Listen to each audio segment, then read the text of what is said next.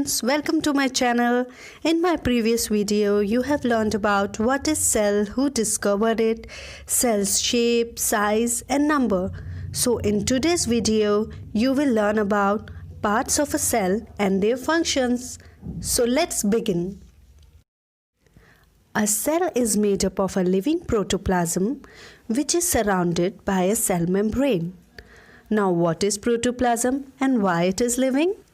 It is a part of a cell made up of nucleus and cytoplasm, and because of nucleus and cytoplasm, it is responsible for all living processes or activities of the cell.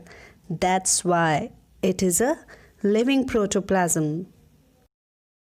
Cell membrane. All living cells are bound or enclosed by a membrane called plasma or cell membrane. It separates individual cells from one another. It maintains cell shape and it also controls the entry and exit of substances according to the need of the cell. Cell wall.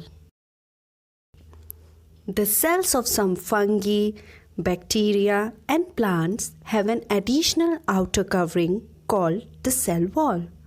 This cell wall provides rigidity and protection to the cell against changes in the environment. Here, rigidity means stiffness or inflexible. Cell wall also gives a definite shape, size and support to the cell. Cytoplasm. Cytos means hollow and plasma means liquid. So it is that portion of the protoplasm which is lying inner to the cell membrane. It is made up of carbohydrates, fats, proteins, minerals and vitamins and about 80% of water. That's why it looks like jelly. It contains cell organelles. Nucleus. It is a small spherical or oval structure. It is called the control center or the brain of the cell. In animal cells, nucleus lies at the center of the cell, but in plant cells, it lies to one side because of the large vacuole. The nucleus has four parts: nuclear envelope, nucleoplasm, nucleolus and chromosomes. Nuclear envelope. It surrounds the nucleus and it is made up of two nuclear membranes which are separated by some space. The nuclear envelope has small pores called nuclear pores which allow only certain materials to move in and out of the nucleus. Nucleoplasm. It is a dense fluid-like substance present in the nucleus. Nucleolus.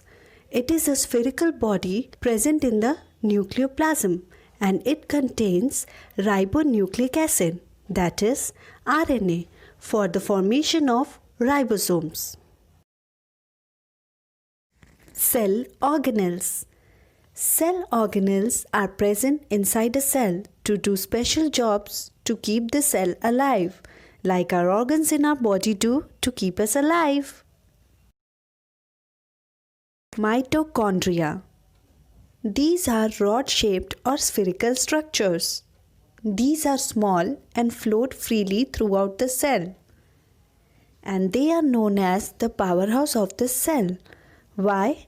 Because they act as a digestive system which takes in nutrients, breaks them down and creates energy-rich molecules for the cell. Endoplasmic reticulum. It is a network of tubules and channels and it helps in manufacture, storage and transport of substances within the cell. They are of two types: smooth endoplasmic reticulum and rough endoplasmic reticulum. Smooth endoplasmic reticulum. These are smooth in appearance because they do not have ribosomes attached to them, and they helps in the synthesis or manufacture of fats. Rough endoplasmic reticulum. These are rough in appearance because they are studded with ribosomes, and it plays an important role in synthesis or manufacture of proteins. Golgi complex. They are sac or pouch-like structures which are stacked or piled one above the other. These are involved in preparing and packaging of materials produced by the cell. Ribosomes.